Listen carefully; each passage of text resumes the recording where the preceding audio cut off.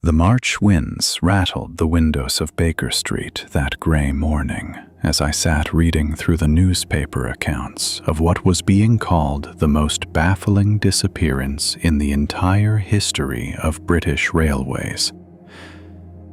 The 6:47 Evening Express from Manchester to London, carrying 42 passengers and crew, had simply vanished somewhere between Birmingham and the capital. No wreckage had been found, no bodies discovered, no explanation offered.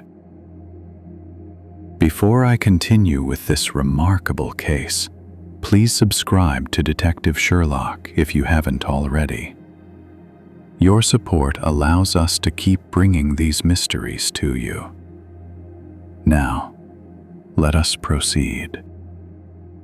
Holmes sat across from me in his customary chair, his long fingers drumming impatiently on the worn leather arm.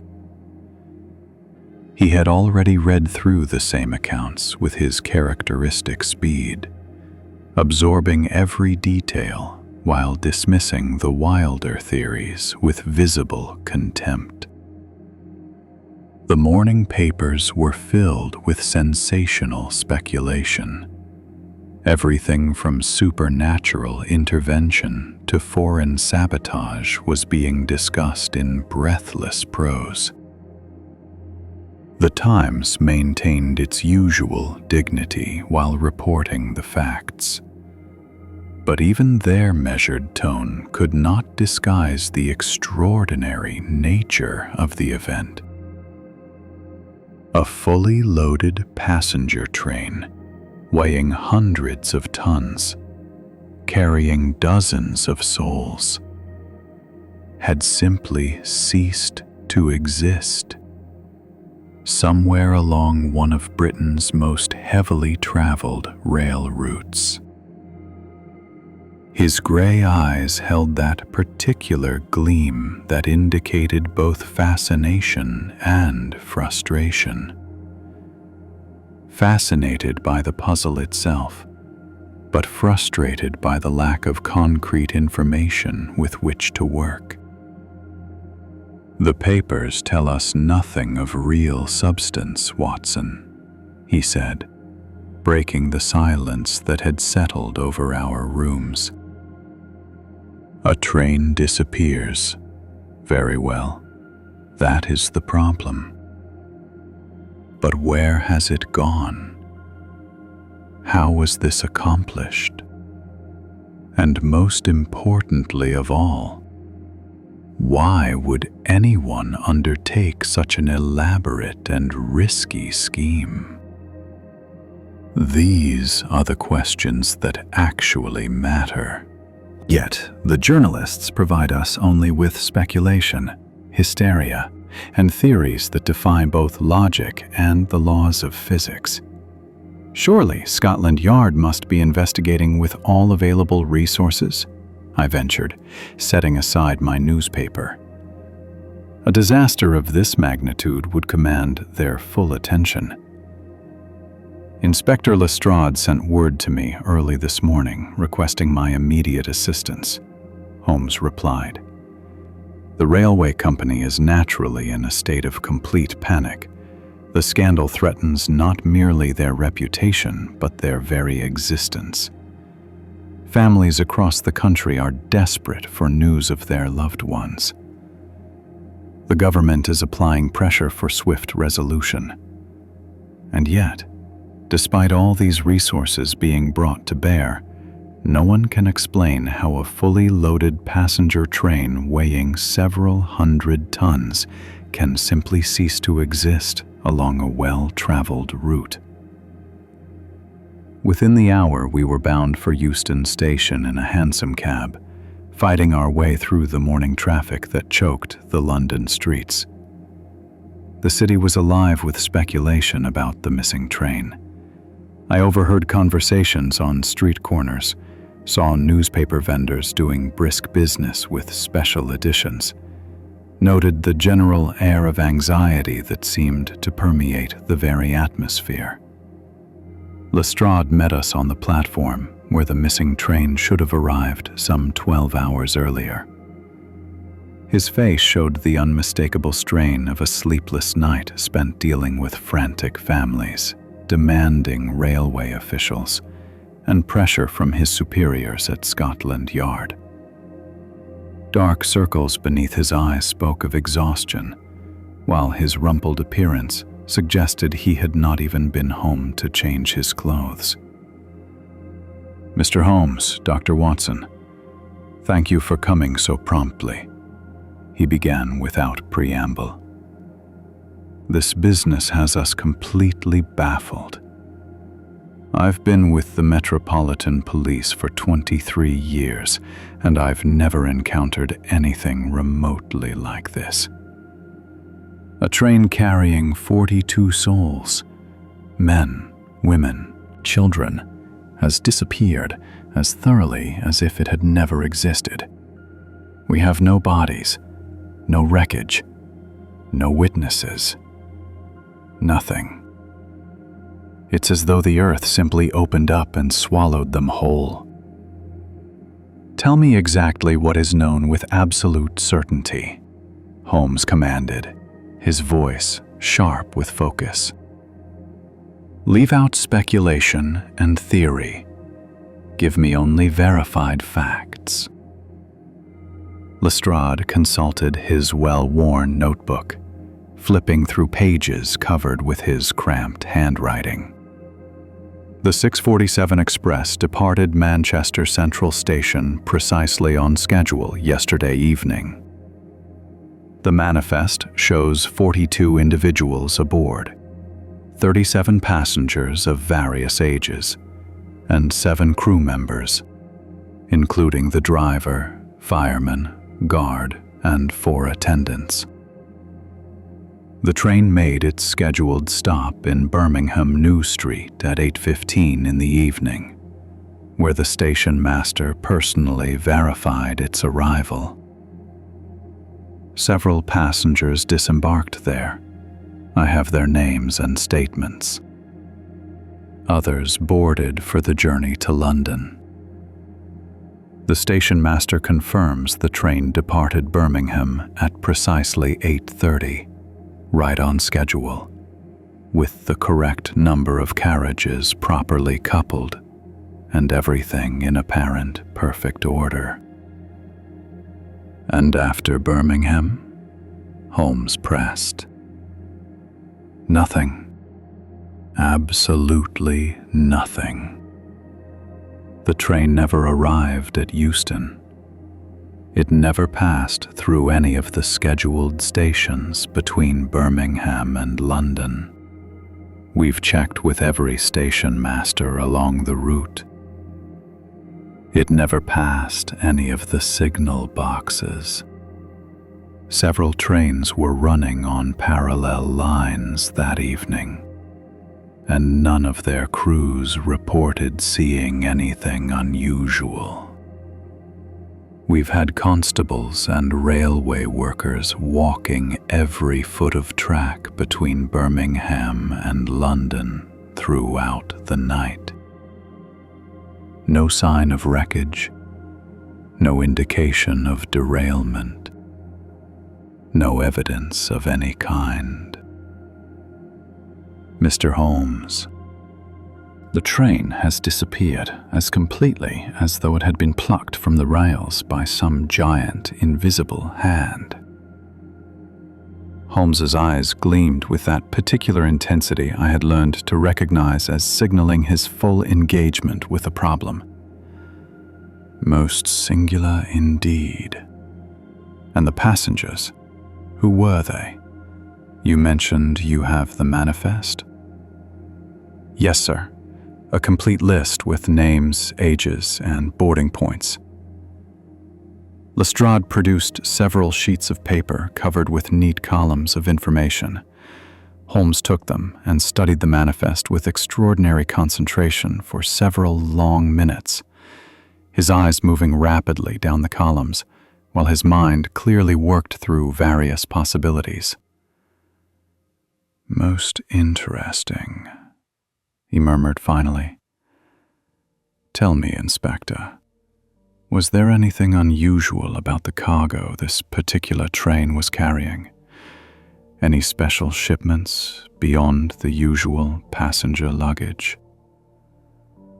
Lestrade looked somewhat surprised by the question. "Cargo? It was a passenger service, Mr. Holmes, not a freight train. Though I believe there was the usual postal mail in the guard's van, as there always is on that route, and of course passenger luggage in the luggage compartment. Nothing out of the ordinary that I'm aware of." "Nothing else at all? No valuables being transported? No special consignments of any kind that might have been kept quiet to avoid attracting unwanted attention?"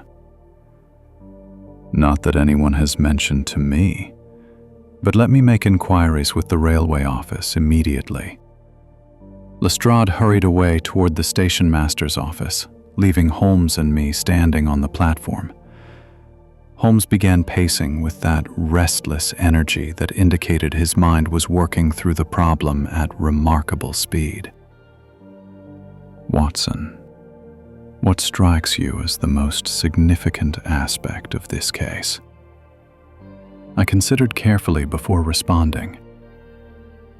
"The complete and total disappearance of the train seems utterly impossible, even if it somehow derailed or crashed, though how that could occur without being noticed I cannot imagine.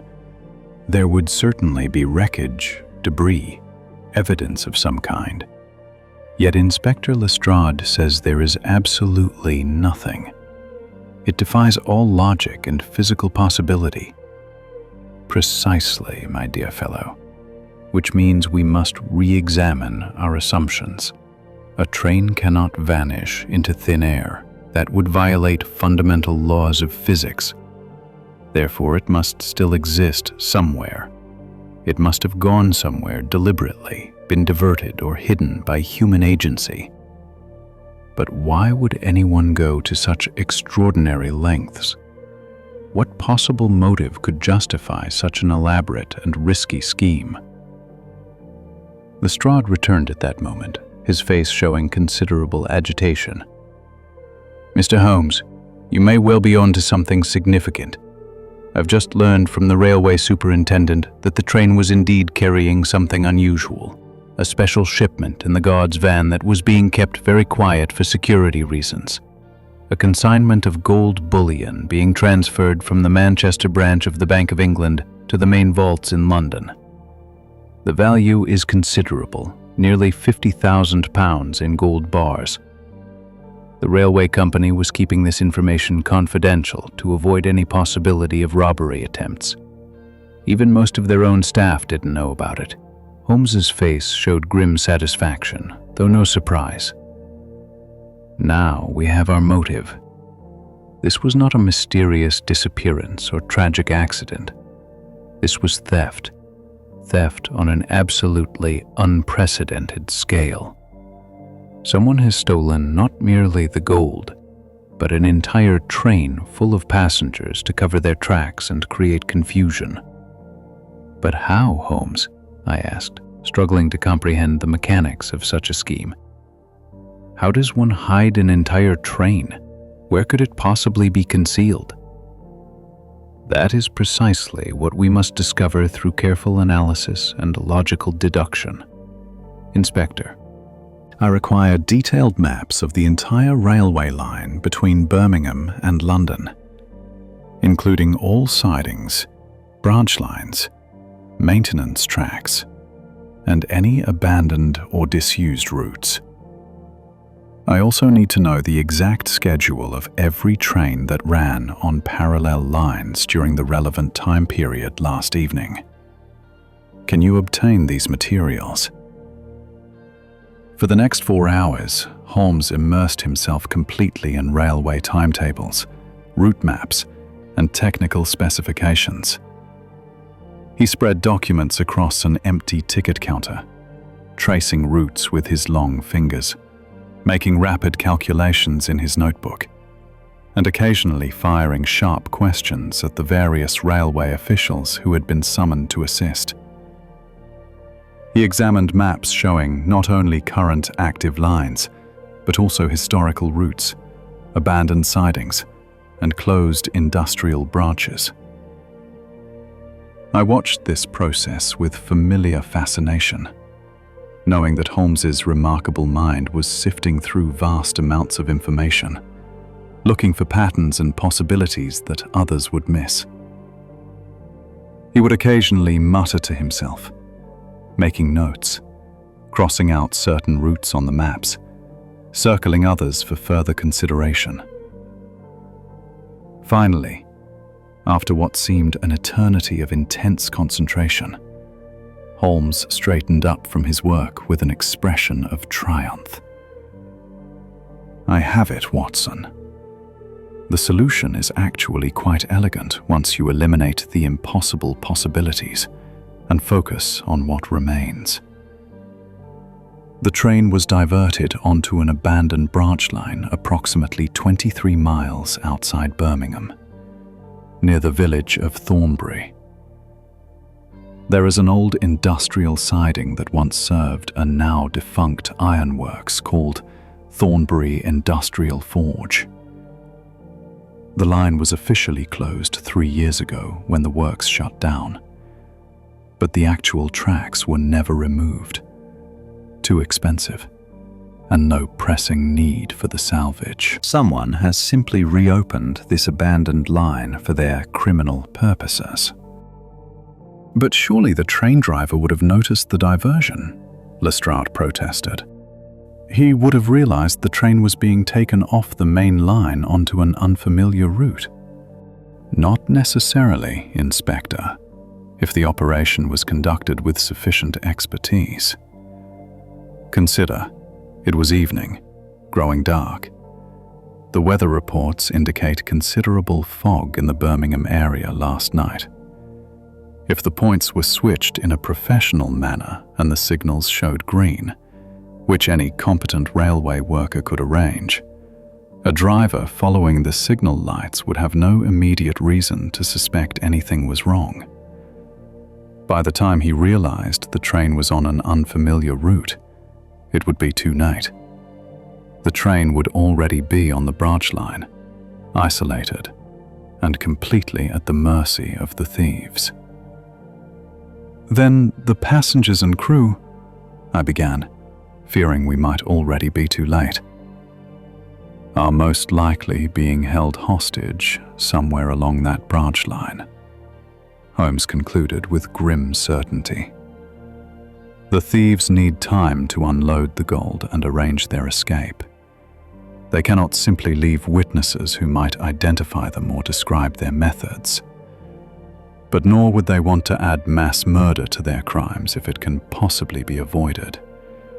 That would bring down the full weight of the law upon them with absolute determination. No, they will keep everyone alive and confined as long as necessary. Then likely abandon them locked in the carriages while they make their escape with the gold." "Then we must move immediately," Lestrade declared. "Every moment we delay puts those poor souls at greater risk." We immediately organized a rescue expedition.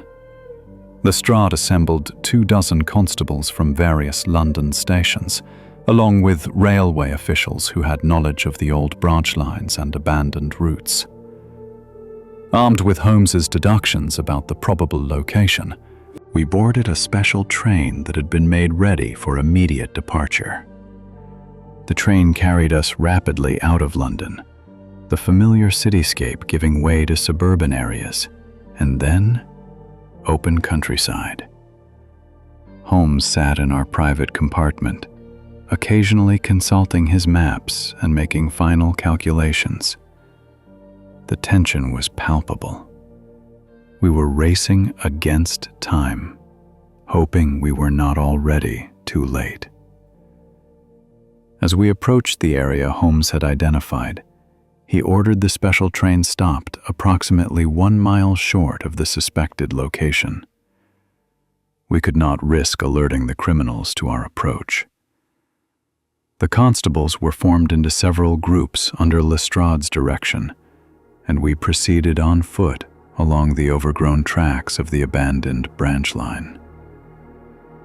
The March afternoon was gray and cold, with a sharp wind cutting through our coats despite the brisk pace of our march. Dead grass and weeds had grown up between the rusted rails, evidence of years of disuse. The route took us through increasingly desolate countryside, past the ruins of old buildings that had served the defunct ironworks. After 20 minutes of careful progress, with constables spread out to either side to prevent any escape, we saw it. The missing train, stationary on the old siding, partially concealed by the ruined buildings of the Thornbury Industrial Forge. The sight brought a collective gasp from our party.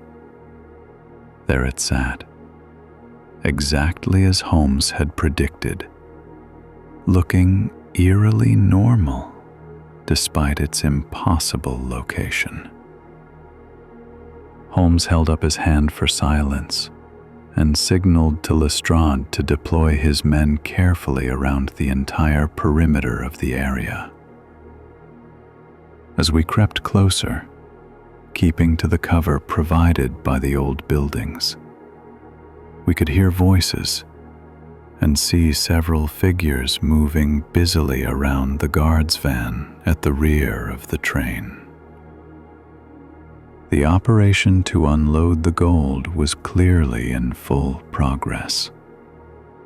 3 heavy wagons stood nearby, already partially loaded with wooden crates and boxes that undoubtedly contained the stolen bullion. At Holmes's prearranged signal, Lestrade and his constables rushed forward from all sides simultaneously. There was a brief moment of confusion and shock as the thieves realized they were surrounded, followed by a desperate attempt at escape.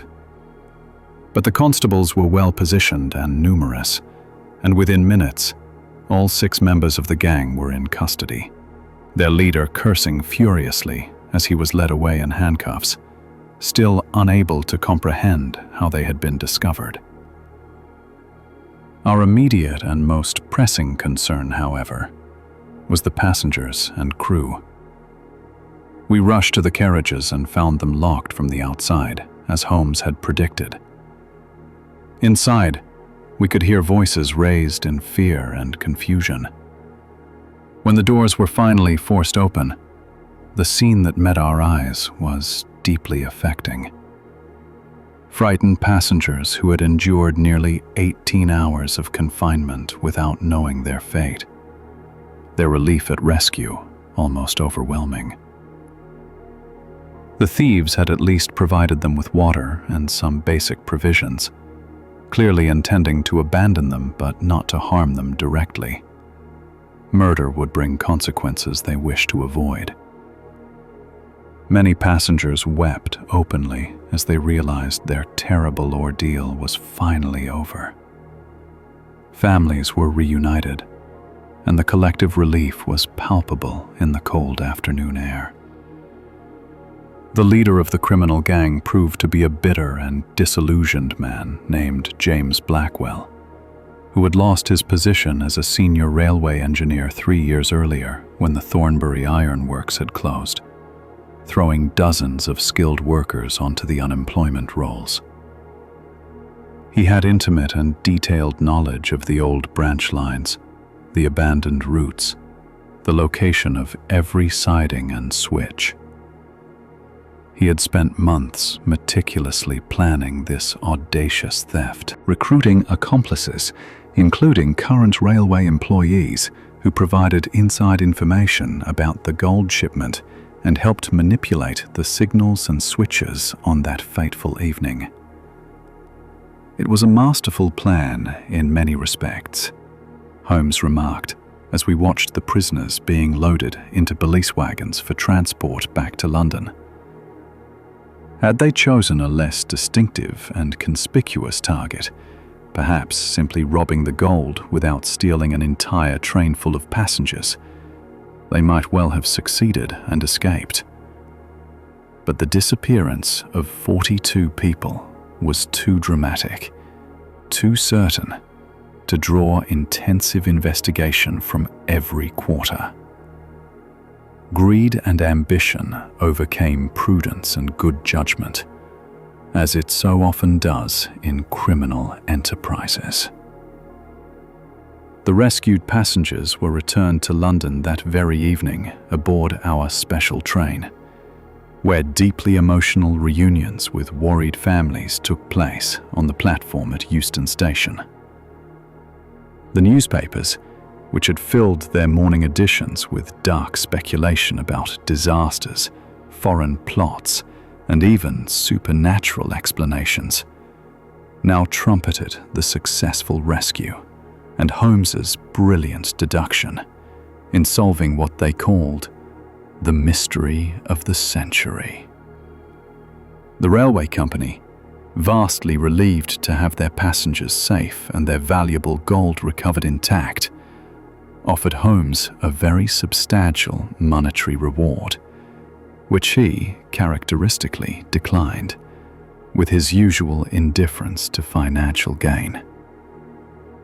"I require no reward for applying simple logic to an unusual problem," he told their representative with something approaching amusement. "The satisfaction of solving the puzzle and seeing justice served is quite sufficient compensation for my efforts."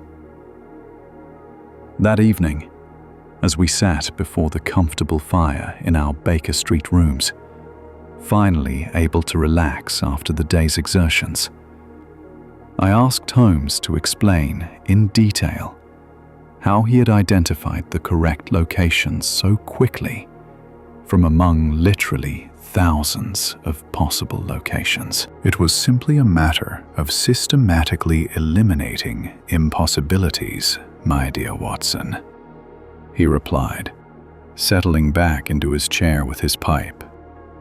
"The train could not have simply vanished into nothingness. That violates basic physical laws. Therefore, it must be somewhere tangible and physical. It could not have traveled far off the main line without being noticed at stations or by other trains running on parallel routes. Therefore, it must be relatively close to the diversion point. The practical need to hide such a large and distinctive object as a passenger train suggested an abandoned or little-used line where it would not be noticed. The need to unload extremely heavy cargo suggested a location with existing buildings or shelter to facilitate the operation. When I examined the detailed maps showing all closed industrial sidings within a 25-mile radius of Birmingham, only one location matched all these requirements perfectly: the Thornbury Iron Works branch line. Yet you were confident enough to stake an entire rescue operation on your theory, I observed with admiration. I was confident because all the available facts pointed unambiguously in the same direction. Had I been mistaken, we would simply have expanded our search systematically to other possibilities. But I was not mistaken, because the logical deduction was sound and based on verifiable facts rather than speculation. The case concluded with all 6 criminals receiving lengthy prison sentences for theft, kidnapping, conspiracy, and a host of related charges. The railway company implemented extensive new security protocols for the transport of valuable goods. The rescued passengers, though understandably traumatized by their terrible experience, were profoundly grateful to have survived what might easily have been a far more tragic outcome. Several weeks after the incident, Holmes received a letter from one of the rescued passengers, a businessman named Mr. Edward Hartley, who had been traveling to London for an important meeting. "Dear Mr. Holmes," the letter read, "I write to express my profound gratitude for your role in our rescue.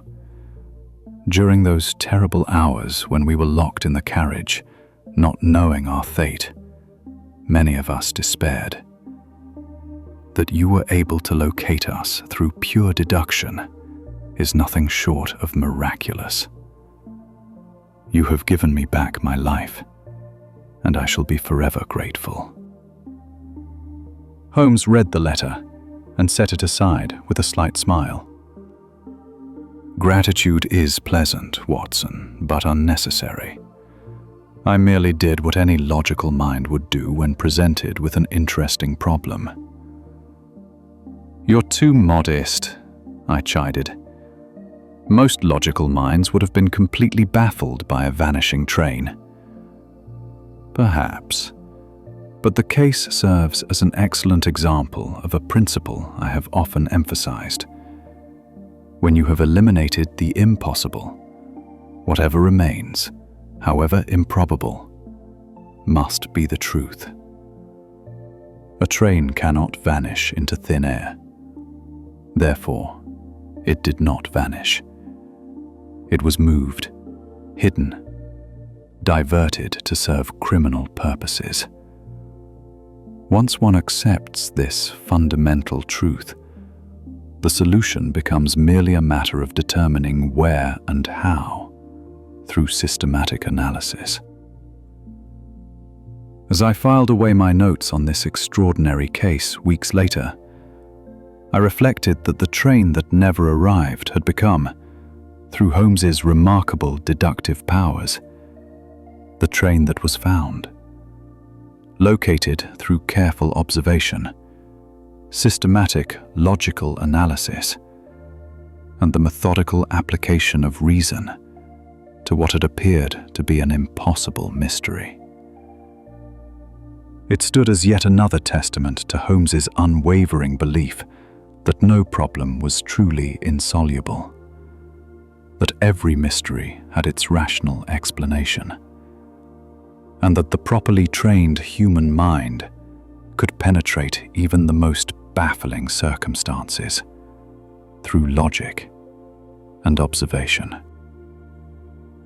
The case of the vanishing train would be remembered as one of Holmes's most dramatic successes, though he himself viewed it as merely another problem solved through the application of rational principles. For him, there was no mystery that could not be penetrated, no puzzle that could not be solved, provided one approached it with clear eyes and a logical mind. And in that certainty, in that absolute confidence in reason and observation, lay the essence of his genius. Years later, when I compiled my notes on this case for publication, I found that it resonated particularly strongly with readers. Perhaps because it combined elements of the seemingly impossible with a dramatic rescue, or perhaps because it demonstrated so clearly how even the most baffling mystery could be solved through logical deduction. Whatever the reason, the train that never arrived became one of the most popular accounts of Holmes's investigations, frequently cited as an example of his remarkable ability to see what others missed and to deduce what others thought impossible. And so the case concluded, not with supernatural explanations or fantastic theories, but with simple logic, careful observation, and the methodical application of reason to an unusual problem. The train had never vanished at all. It had merely been moved, and Holmes, through his characteristic brilliance, had seen through the deception to the truth beneath. It was, I thought, as I completed my final notes, a perfect example of why Sherlock Holmes remained the world's greatest consulting detective. Because he never accepted the impossible and always found the truth.